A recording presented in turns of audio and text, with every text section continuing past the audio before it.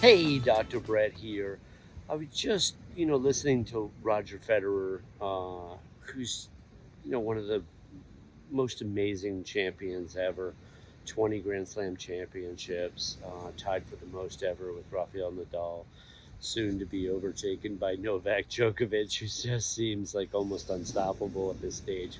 But the grace and style of this particular athlete, everybody knows this. My goal was always for the last year and more to always try to play another He Wimbledon. just lost a tough three-set match at Wimbledon here over the last, yesterday, here early July 2021. And it's just super tricky for these top athletes.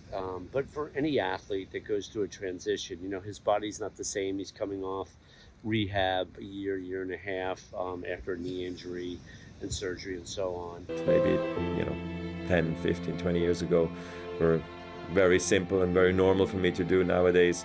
They don't happen naturally anymore. I gotta always put in the extra effort mentally to remind myself, remember to do this or do that. I have a lot of ideas on the court, but sometimes I can't do what I want to do. He's doing his best to compete at the highest level, and it's not easy. He had to sort of reevaluate when he was at the French Open 3 4 weeks ago.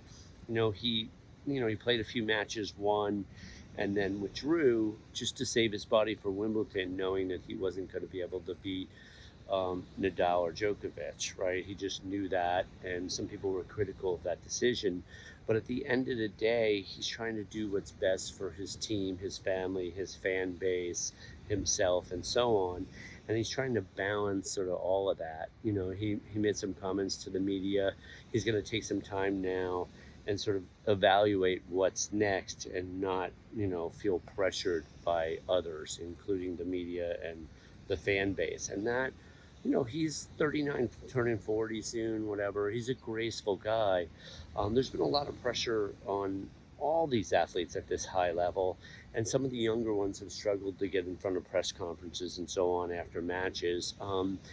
They're not Roger Federer, right? I mean, they're not 39 years old, and this guy is blessed with a tremendous amount of poise and wisdom and the ability to sort of go inward and articulate, where he's at and, you know, and what's next. And that's really a good metaphor for life here is the ability to sort of like reflect inward. Who are we and what are we about and what do we want? I talk about this often because there's so much pressure in this world to achieve, to excel, to accomplish.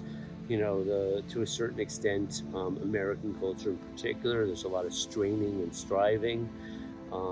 Europeans tend to relax a little bit more in general. I mean, we're making big generalizations, but they have more vacation time, and some of the countries are even experimenting with 4-day work weeks. And here in America, there's just so much pressure sometimes, especially in the burbs, or especially the higher end burbs or whatever, where the kids are you know um, competing in multiple sports and driving from one to the next, and then there's pressure to get into top schools and so on.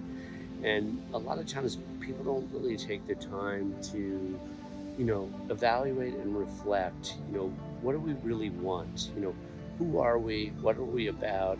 What lights us up in life, as opposed to what are the expectations of others? And that's just an important thing to do, to take time to reflect every so often. Part of the reason why I teach everybody to meditate is because when you meditate often, you're reflecting each and every day. It's just, it helps you develop more self awareness. It's a great tool for that. So is being time. What a being is where I call what I refer to as no agenda, nowhere to go, nothing to accomplish. I playfully say that I have a 10% bohemian side, which is sort of an artist that's socially unconventional, and I have a 10% Greek side, where I like to just sip lattes or espressos, so to speak, without any agenda whatsoever.